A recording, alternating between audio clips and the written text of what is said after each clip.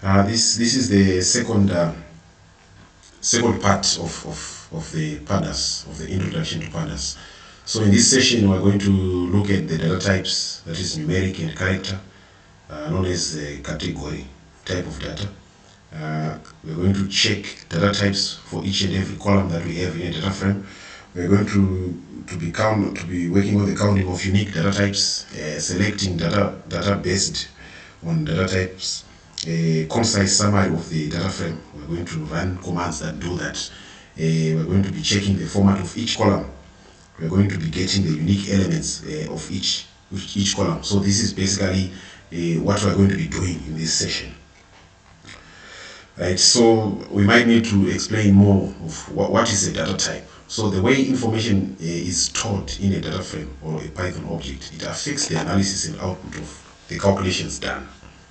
So you need to be very careful when you're storing data, when you're entering data in your, maybe it's a CSV file or what, because there's a bearing on the ultimate calculations that you're going to be doing.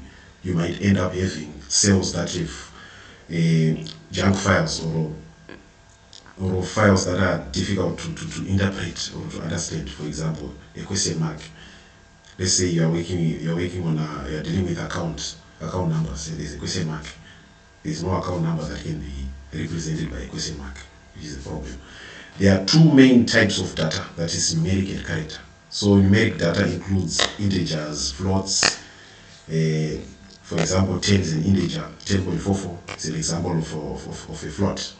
Then strings are known as objects in pandas. So the moment you have strings in your cells or in your columns, those columns will be viewed as objects in pandas, and which can store values that can contain numbers and or characters. So these are known also as categories. So a column can have a mix of characters, numbers, strings. It will still be viewed as a what? As an object in pandas.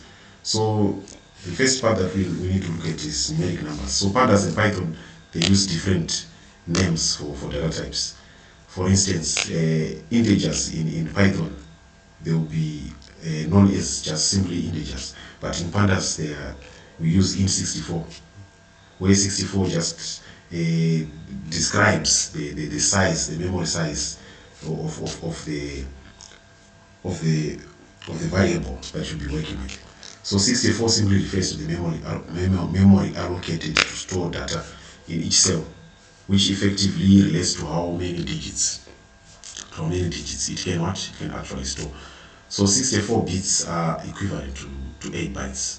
A single byte is how many bits? 8 bits. So allocating space ahead of time, it allows computers to organize storage while processing the data efficiently. So basically these are the differences between category and object. So in category, a string variable consisting of only a few different values, it falls under the category class. Then converting such a string variable to a categorical variable will save some memory as well. The object columns, the column will be assigned as object data type when it is mixed types, that is numbers and strings. So if it has got a single type, for example a string, it falls under category. But if it has got mixed types like numbers and strings, it becomes an object. So if a column contains none means not a number, which are blank cells. Pandas will default to object type. So column can answer true by default. Pandas, you want to say object data type. So for strings, the length is not fixed. A categorical variable takes on a limited fixed number of possible values. Yeah, this is just a reiteration of what I've mentioned before. NaN stands for not a number. Then if you want to check data types for each column, we use the keyword D type. The data type for each column, we use the keyword what? D type. So let's just run this so that we get to appreciate. I'm just running it because I made some changes in there. I removed, you see, this originally this data set had 36 columns, so I removed some of them. I'm left with 10, so that it's easy for us to work with. So these are the data types cars. In this code, we created a data frame called cars. So cars.dtypes, it will give us the data type for each and every column that we have. For price, it's float 64. For age, it's float 64. For kilometers, it's float 64. For fuel type, because fuel type we've got strings and also numerical values. So it's object. Then HP, we have what? We have float 64. Then the metallic color, whether the car is metallic or not, a metallic color or not, float 64. Then automatic, if the gearbox is automatic or manual, right? We used 64. So we used the automatic we used 1 for automatic, then 0 for manual. Then CC in 64, doors, number of doors, objects, then weight in 64. Right? So the data types that we have here are determined by the values that are within the columns. Right? So a column can have some problematic values, right? And I deliberately inserted those so that we can learn something from this exercise. Right? If you want to count the number of unique data types, you have to use dtypes dot value counts. So dtypes, we are getting this, right?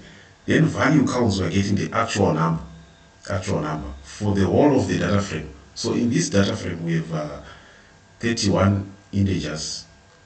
In fact, let me run it because it's talking about the columns, right? It's talking about the columns. Right, so we've got 5 columns in floats. We have got 3 columns in emoji, int 64. We've got 2 columns that have objects. So it's a summary of this in terms of counting the values, the numbers, right?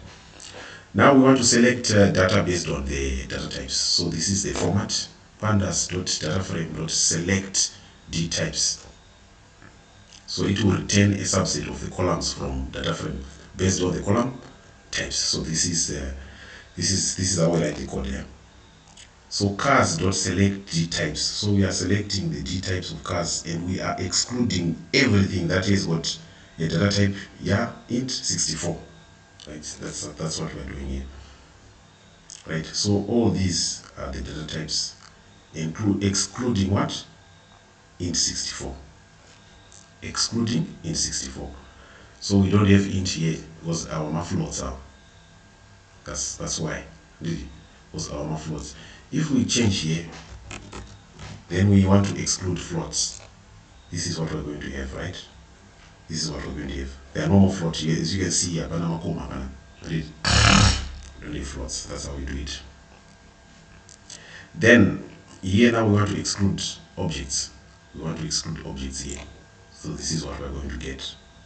Object data type, we excluded object data type, so we end up with integers and floats only. Right? Since we had excluded float, I'll just write int here so that you understand. Right? Right. A concise summary of the data frame. If you want to summarize the data frame, you use the info function. And it will give you the data type of index, the data type of columns, the count of the number of non-now values, and memory usage. So it's quite a comprehensive output that you're going to get here. So let's run it here. Let's run it. So this is what we're going to get. Right? These are the columns. And these are the what? These are the indexes that we're going to be using to identify the columns. So column number 0 is price, column number 1 is age, right? So you can see that the number of non-now values within the price column, we have a total of 1,436 non-now.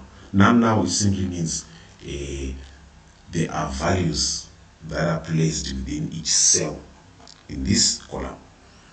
So in this age 08, we have 1,352 non-now columns, which means if we subtract, remember we have a total of 1,436 rows. So if we subtract that number, if we subtract this number from 1,436, we will get the number of now values. right? And this is a data type for each and every column. Price is 464. Doors is object. That's how we do it. And this will give you the total memory usage, which is 123.4 kilobytes. Then let's go to the unique function. This is used to find the unique elements of a column, right? We want to find the unique elements of a column.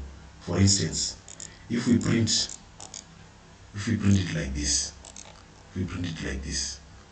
here we have you use a numpy array, because unique is a function that you get from numpy. So you use a numpy object, which is np. So np.unique, then you write the column that you want, right? So cars, then column HP, right? So these are the unique elements of HP. So you find that in HP we have 69, 71, 72, 86 values. Then we have non-values. All of these are non-values. So we have quite a number of non-values within the NP, the HP column. Then if we also do the same for the cars column, this is what we're going to find out for the cars column. So that's it for the second session of Pandas. We are going to move over to the next part in the next video session.